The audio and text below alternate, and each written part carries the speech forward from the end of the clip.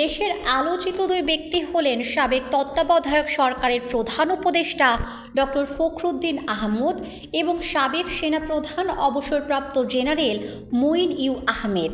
দেশের ব্যাপক রাজনৈতিক অস্থিরতার মধ্যে 2007 সালের 11 জানুয়ারি যে সরকার গঠিত হয়েছিল সেই সরকারের দণ্ডমুণ্ডের কর্তা ছিলেন এই দুই ব্যক্তি।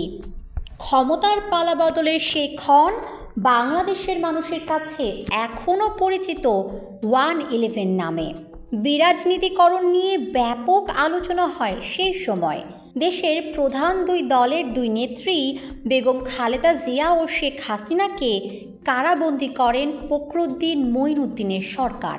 এছাড়া শত শত রাজনীতিক, ব্যবসায়ী ও আমলাদেরও বন্দী করা হয়।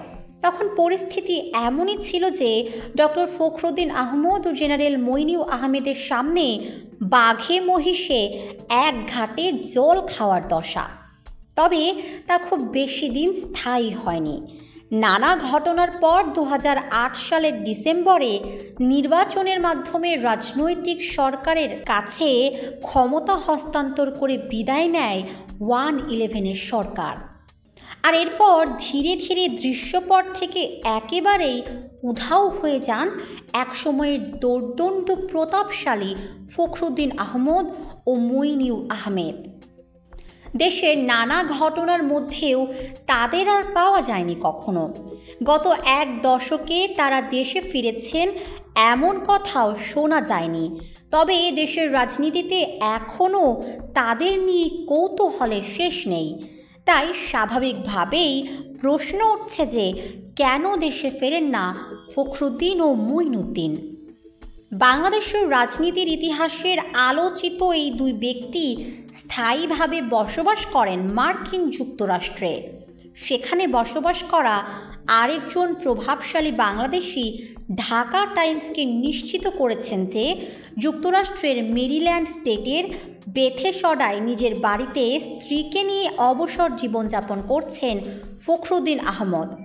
আর সাবেক সেনাপ্রধান মঈনুদ্দিন আহমেদ থাকেন ফ্লোরিডার পাম বিচে। 111-এর জন্য ব্যাপকভাবে সমালোচিত হয়েছিলেন ফখরুদ্দীন আহমদ ও মঈন ইউ আহমেদ, বিশেষ করে বিরাজনীতিকরণের অভিপ্রায়ের জন্য। তাই ক্ষমতার পালাবদলের পর এই দুই ব্যক্তি ব্যাপক সমালোচনার মুখে পড়েন।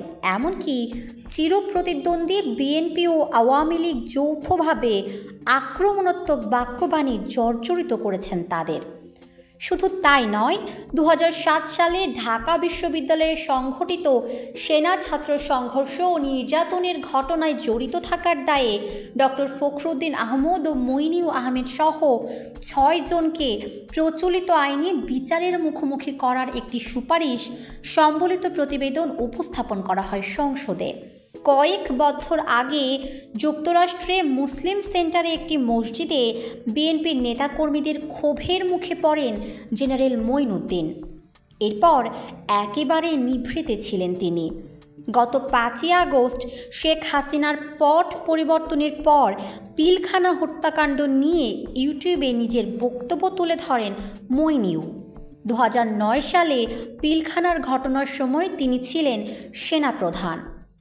প্রায় 10 বছর আগে মঈন ইউ আহমেদ একবার দেশে এসেছিলেন বলে গণমাধ্যমের প্রতিবেদন থেকে জানা যায়।